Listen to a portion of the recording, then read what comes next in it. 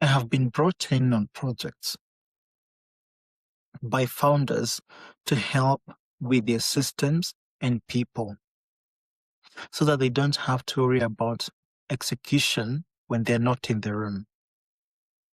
Now, on this particular instance, I observed that the founders had a challenge with delegation. They had an amazing team, but every decision that needed to be executed, every task had to go through a specific person. And that made the founders the ultimate bottlenecks.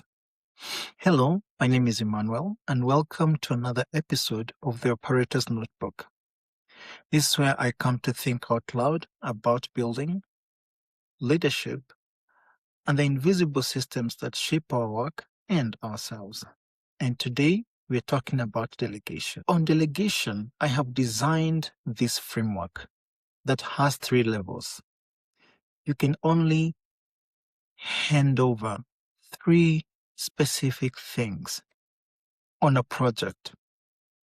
The first level, it's a task. As this is a specific action that you assign someone to do it in a specific way and have them report back to you. The second one is a responsibility.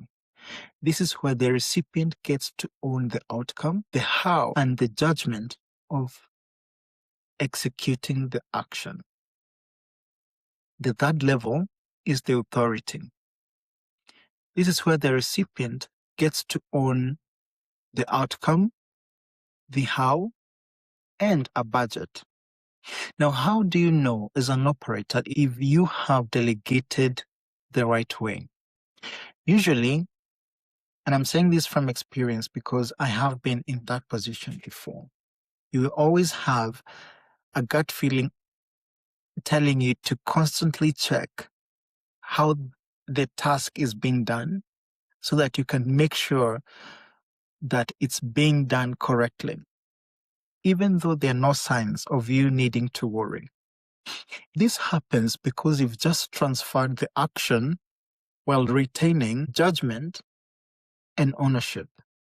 And this is something that I come across a lot of times in the Nairobi tech ecosystem, where the operators don't have, the wiggle room to execute on their mandate.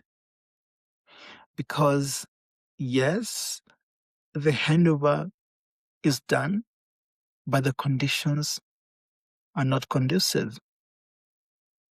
You find operators struggling with budgets, struggling with decision making, the bottleneck and the feedback loop, having to run that through the founder constantly, even when the decision is meager.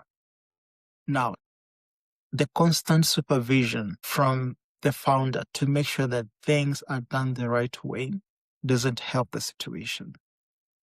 And this can be resolved by having a precise framework for how you delegate in your organization.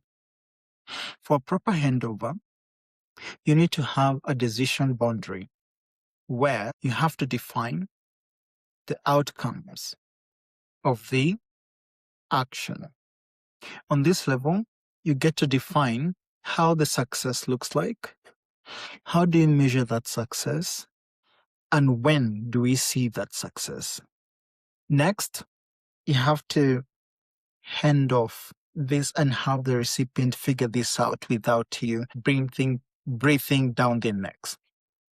And this is the constraints of the task. And this could be legal exposure, budgets, technical constraints, and you have to trust them to figure it out on their own. And now this is where the magic happens. Because if you have confidence in their ability to execute, then they will have the space to do just that. And next is the reporting cadence. Now, what this does is you get into a sort of an agreement with the recipient where the successful outcome is already defined, the challenges are already defined, they know what they need to do when they're executing. Now, with that, you don't have to constantly check nervously if the action is still in process. It creates that environment where you don't have to micromanage the recipient of the task. Okay. Now, and founder trap that I identify in the ecosystem is when founders misidentify delegation with losing control of decision making in their business. Because look at it this way. As a solo founder, for instance, having to say that you make every decision in your organization, and another founder saying, I have a system that supports decision making and does not require me to be in the room all the time. You can already see the difference. Now, one is scalable and one is not.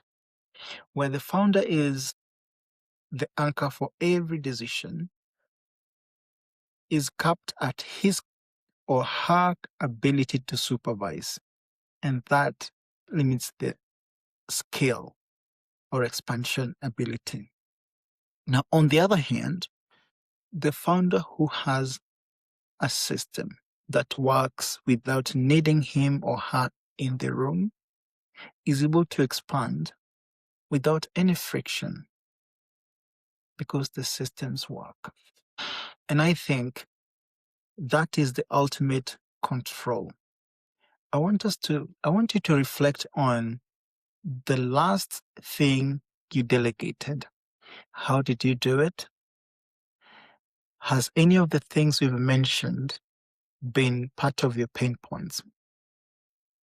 Let me know in the comment section below. And if you know anyone who may find this video useful, please share and see you on the next one.